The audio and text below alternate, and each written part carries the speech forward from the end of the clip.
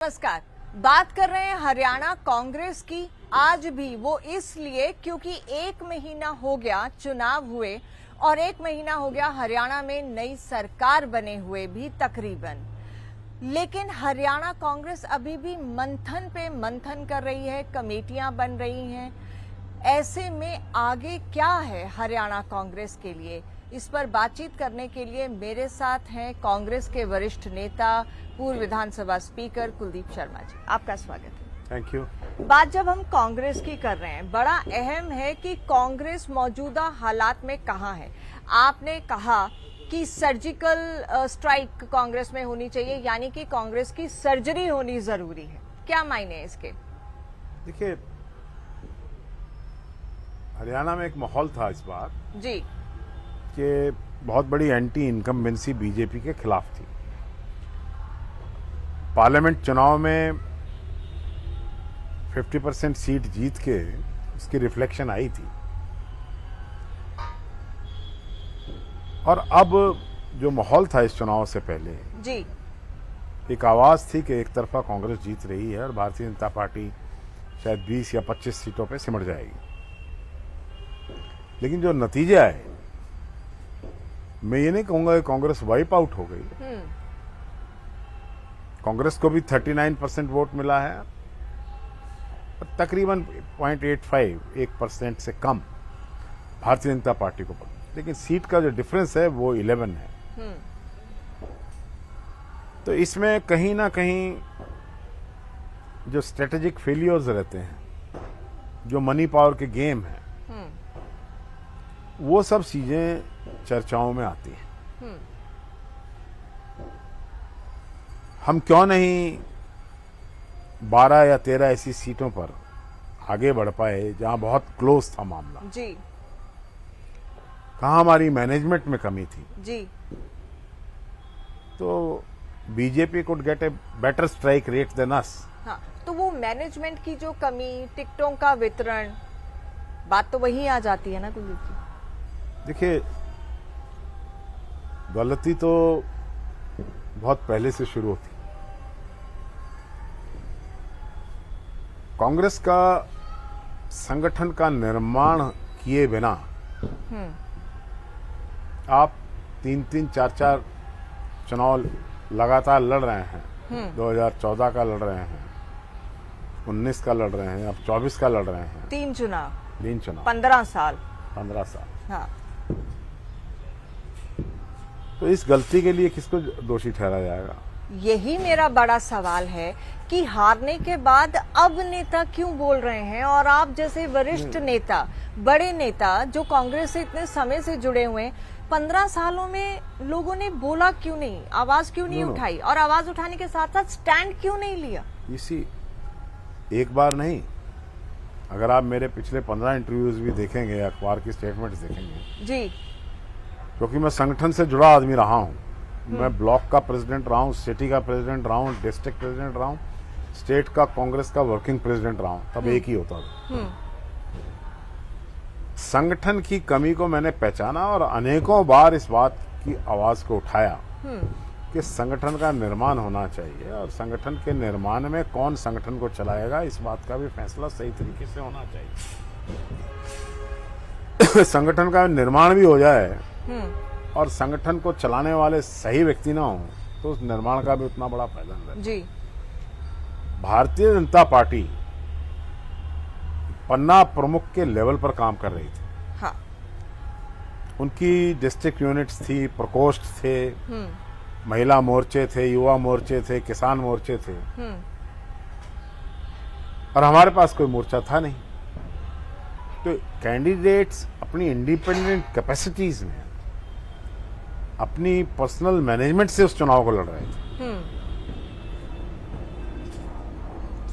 कहीं इसीलिए मैंने संगठन की कमी की बात आपके सामने रखी है कि संगठन की कमी ना होना, संगठन की कमी होना हमें एक बहुत भारी नुकसान देके गई है। जो 0.1% से कम का अगर आप जी मामला रखते हैं तो आप समझ सकते हैं इस बात को। लेकिन ये सिर्फ आप नहीं रख रहे, अब अब ये बात कैप्टन अजय यादव कह रहे हैं और हारे हुए लोग कह रहे हैं, शमशेर गोगी कह रहे हैं, रामनिवास गोडला कह रहे हैं, और हैरानी की बात यह है जो अध्यक्ष रहे हैं अब उदयभान, आज अगर वो ये बात कह रहे हैं तो बड़ी हैरानी और मजाक लगता है कि जो जिनके ऊपर जिम्मेदारी थी आज अगर वो ये बात कहें कि हम संगठन नहीं बना पाए, ये बचकानी हरकतें नहीं है। संगठन के निर्माण की जिम्मेदारी उन्हीं की थी, प्रदेश अध्यक्ष की रहती है। हाँ। प्रदेश अध्यक्ष के साथ प्रदेश के प्रभारी की रहती है, बिल्कुल, और कंसेंट रहता है पार्टी की हाईकमांड का। जी। प्रदेश के प्रभारी भी बदले गए, इतनी बदलियों के बाद भी कुछ नहीं बदला, और बदला भी तो उस बदले में भी कोई बदली नहीं दिखाई दी, तो उसका क्या करें। बड़ी मजबूरी से कहना पड़ता है, मैं पार्टी के संगठन और नियम से जुड़ा हूं, अनुशासन से जुड़ा हूं, इसलिए बहुत ज्यादा आक्रामक भाषा में नहीं जाना चाहता। लेकिन क्यों लोग अपनी जिम्मेदारी से भाग रहे हैं? लेकिन कहीं तो कोई अब सैचुरेशन पॉइंट नहीं आ गया क्या? अब भी नहीं बोलेंगे, अब भी स्टैंड नहीं लेंगे? एग्रेशन की बात चलिए अलग है, लेकिन मैं कांग्रेस प्रेसिडेंट से मिला हूं, हाँ, कांग्रेस के वरिष्ठ नेताओं से मिल रहा हूं जी, और ये तो है नहीं कि कांग्रेस समाप्त हो गई है। Congress is very much present. 5 members of parliament हैं, 37 एमएलए विधायक हैं, हाँ। अब कांग्रेस खत्म भी नहीं हुई है और कांग्रेस को मजबूत भी ना किया जाए। कांग्रेस है भी नहीं और खत्म भी नहीं, ये कांग्रेस वाली जो सिचुएशन है बहुत खतरनाक है। कांग्रेस का संगठन नहीं है, कांग्रेस है। Okay, all the materials are available. अगर सही लोगों को सही जगह बैठा जाए, कमान भी दी जाए और सही लोगों को सही जगह पर पदों पर आकर बिठाया बैठे, जाए, तो मेरा ये मानना है कि कांग्रेस भारतीय जनता पार्टी से कमजोर नहीं है, लड़ने की शक्ति रखती है, लेकिन लड़ने के लिए एक कैलिबर भी चाहिए, एक दिमाग भी चाहिए, एक सोच चाहिए, एक इच्छा शक्ति चाहिए, जो संगठन के बिना हो ही नहीं सकती। कमी कहाँ है? आप हमेशा खुलकर बोलते हैं, वो कहते हैं ना कि बड़ी देर कर दी मेहरबा आते आते, ये तो वो वाले हालात मुझे नजर आ रहे हैं कि बहुत देर हो चुकी है, फिर भी ये निश्चित है, हाँ, कि हम जो कुछ बोल रहे हैं, हाँ, बोल तो हम पहले भी रहे थे, और हम ना भी बोले हैं तो क्या इनको समझ नहीं आता है? जिन लोगों की जिम्मेदारी है, मान लिया कोई ना बोले, तो जिन लोगों की जिम्मेदारी थी संगठन के निर्माण की, अरे अनेकों कोशिशें इसकी हुई, तो वो अपनी जिम्मेदारी की बात क्यों नहीं करते हैं? जिम्मेदारी तो हार की भी कोई नहीं ले रहा। हार की तो लेनी पड़ेगी, सभी हारे हैं। हाँ, तो हार ना तो इसमें कोई एक आदमी जीता नहीं है, हाँ, कांग्रेस हारी है। लेकिन जिनके कंधों पर चुनाव को लड़ने की जिम्मेदारी थी, जो अध्यक्ष थे, जो बाकी नेता थे, जो प्रचार में आगे आगे घूम रहे थे, क्या उनको जिम्मेदारी नहीं लेनी चाहिए? नहीं, जिम्मेदारी तो सारी कांग्रेस को लेनी चाहिए, क्योंकि किसी ना किसी रूप में कोई ना कोई इसमें योगदान दे इसमें रहा अपना योगदान दे रहा था। इशारों में बहुत कुछ कह रहे हैं आपको। मैं कहने में क्या तकलीफ है? हाँ, लेकिन नाम नहीं लेंगे। नाम लेने से क्या है?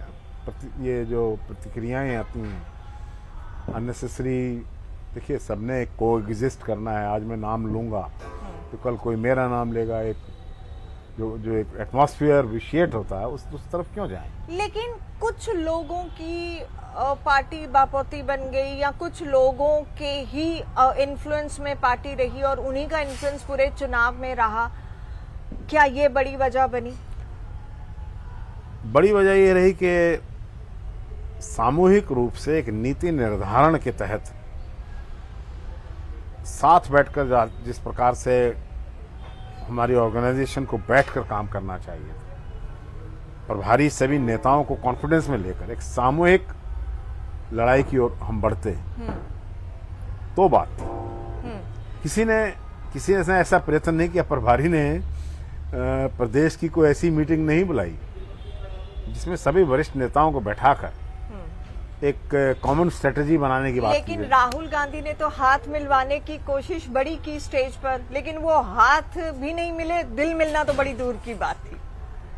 देखिए, राहुल गांधी का नेतृत्व, अब वो लीडर ऑफ ऑपोजिशन है कंट्री के, is the face of opposition in the country. उन्होंने अपना काम किया, दूसरों ने अपना किया कि हम तो अड़े हैं भाई, हम तो अड़े रहेंगे, आप करते रहिए जो करना है। राहुल गांधी जी ने, वो एक कहावत है ना इसमें कि राजनीति में, लंबा सफर है, दोस्त बना के चलो, दिल मिले ना मिले, हाथ मिला के चलो। ओ, हाथ भी नहीं मिले शायद तकलीफ तो यही है। नहीं, the behavior of our senior leadership was not up to the mark. I am making a very strong statement. A categorical statement which you Yes. have made कि जो उनका रवैया था, जो उनका बिहेवियर था, वो उस लेवल का नहीं था जो नेताओं का होना चाहिए एक पार्टी को जब आप मतलब कर रहे हैं। जब आप एक सामूहिक जिम्मेवारी में नहीं जाना चाहते हैं और इंडिविजुअल गेम्स में इंडल्ज कर रहे हैं, तो जब आप ही सब्जेक्ट उठा रहे हैं कि जिम्मेदारी तय होनी चाहिए, तो जो सामूहिक तौर पर, मैंने तो कहा कि सबकी सामूहिक जिम्मेदारी है, लेकिन जिनकी व्यक्तिगत जिम्मेदारी है, उनको तो पता है ना कि हमने क्या किया और क्या नहीं किया है। जिम्मेदारी से अब भी लोग भाग रहे हैं। भागने से क्या होगा, लोगों की नजरों से कुछ छुपाए, पब्लिक है, सब जानती है कौन कहाँ खड़ा था और कैसे खड़ा था और क्या उनके स्टैंड्स थे, क्या उनके स्टैंड्स थे। It's not away from public eye. आज जो सब हार गए हैं वो सब अपने दिल का दर्द बयां कर रहे हैं, तो ये क्या हार का दर्द है जो बयां हो रहा है, या एक्चुअली में अब इस हार में बहुतों को खुशी भी है कि इनकी गेम निपट गई। ये निपटाने के चक्कर में बहुत कुछ निपट गया, बहुत कुछ निपट गया। 15 साल आप सत्ता से दूर हो गए। ये इस निपटाने के खेल, देखिए सेंट्रल लीडरशिप जो हमारे प्रभारी के स्वरूप जो स्टेट को हैंडल करता है, वो प्रभारी पार्टी नहीं चला रहे थे, वो एक एनजीओ चला रहे थे। अच्छा, मैंने ये बात पहले कही थी पार्टी में कि ये applications for ticket is a wrong step. आप मल्टीप्लिसिटी ऑफ कैंडिडेट्स में चले गए, बिल्कुल एक कॉन्स्टिट्यूंसी में 40 फेसेस उभर के आ गए। नाराजगियां होंगी। अब उन 40 फेसेस ने अपने अपने लीडर की अपनी अपनी क्षमता के रैलीज में, पार्टी प्रोग्राम्स में मदद की, और उनकी ये एक्सपेक्टेशन भी बढ़ी कि जब वक्त का मदद का समय आएगा तो हमारी भी मदद होगी। और 40 में से टिकट तो एक को मिलनी थी ना, एक कॉन्स्टिट्यूंसी में तो 80 ने दे रखी थी, और 2580 टिकटों में से 2490 को नहीं मिली। तो जो इस 5 साल से, कोई 10 साल से, कोई 2 साल से, कोई तो कुछ साल से हाँ। एक मैं ये कहना चाह रहा था कांग्रेस को, कांग्रेस हवा बनाने में लगी। कुछ लोगों की ये सोच थी कि सबको कांग्रेस में ले लो और हवा बनाओ। कभी मलबे से ताजमहल बनते हैं क्या? क्या बात, क्या बात। आप संगठित लोग जो पार्टी के प्रति समर्पण की भावना से आए, it is better to have those soldiers rather than to gather this dust. कि आप जो आ रहा है, कोई किसी नाम से आ रहा है, कोई किसी नाम से आ रहा है, पार्टी में एक ज्वाइनिंग स्प्री चल रही है, और फिर वो लोग अभी ज्वाइन किया है तो अगले दिन उम्मीदवार भी हैं पार्टी के, इस चीज ने और उम्मीदवारी अगर नहीं है तो पार्टी के, जैसे हम 12 सीटों पर कहीं 1000, कहीं 300, 32 वोट से भी हारे, कहीं 700 से, कहीं 1200 से। लेकिन तो ये चीजें हैंडल हो गई थी। अगर मलबे के ताजमहल बनाने की कोशिश खत्म कर दी जाती और लोगों को ये कहकर ज्वाइन कराया जाए पार्टी में कि you work in the party for 5 years, फिर आपको कंसीडर किया मेरिट पे देखा जाए। लेकिन अभी क्या है, कुछ बयानबाजियां भी हुई, आपका भी एक ऑडियो वायरल हो गया था नौकरियों को लेकर, वोट दो नौकरियां, क्या वो सब भी डैमेजिंग रहा? नो, मैंने ये कहा था और मैं फिर रिपीट कर रहा हूं, I never retreat my statement. Retrieve नहीं करता हूं, मैं बड़ा सोच के बोलता हूं। मैंने कहा था कि हम 2 लाख नौकरियां देंगे। ओके, ये हमारे जो 7 गारंटियां थी उसमें लिखा था, मैंने क्या गलत कह दिया? उसका प्रोजेक्शन अलग तरीके से किया गया कि वोट दो और नौकरियां देंगे। नहीं, वो जिस तरीके से लोगों कुछ लोगों ने ऐसा कहा भी था। Just listen to me, vote नहीं देंगे, सरकार नहीं बनेगी तो नौकरियां कहां से देंगे? तो इसलिए हम वोट तो मांगेंगे कि हमारी सरकार बनाओ, हम आपको 2 लाख नौकरियां देंगे। What is wrong in that? उसको रॉन्ग प्रोजेक्शन में कोई लेके जाएगा, तो इसीलिए तो मैं कह रहा हूं, मैं आज भी अपनी बात पे खड़ा हूं कि अगर हमारी पार्टी आती, हमने लोगों से कहा कि हमें हमारी सरकार बनाओ, हम 2 लाख नौकरियां देंगे। आज मैं फिर रिपीट कर रहा हूं, I stand by my statement.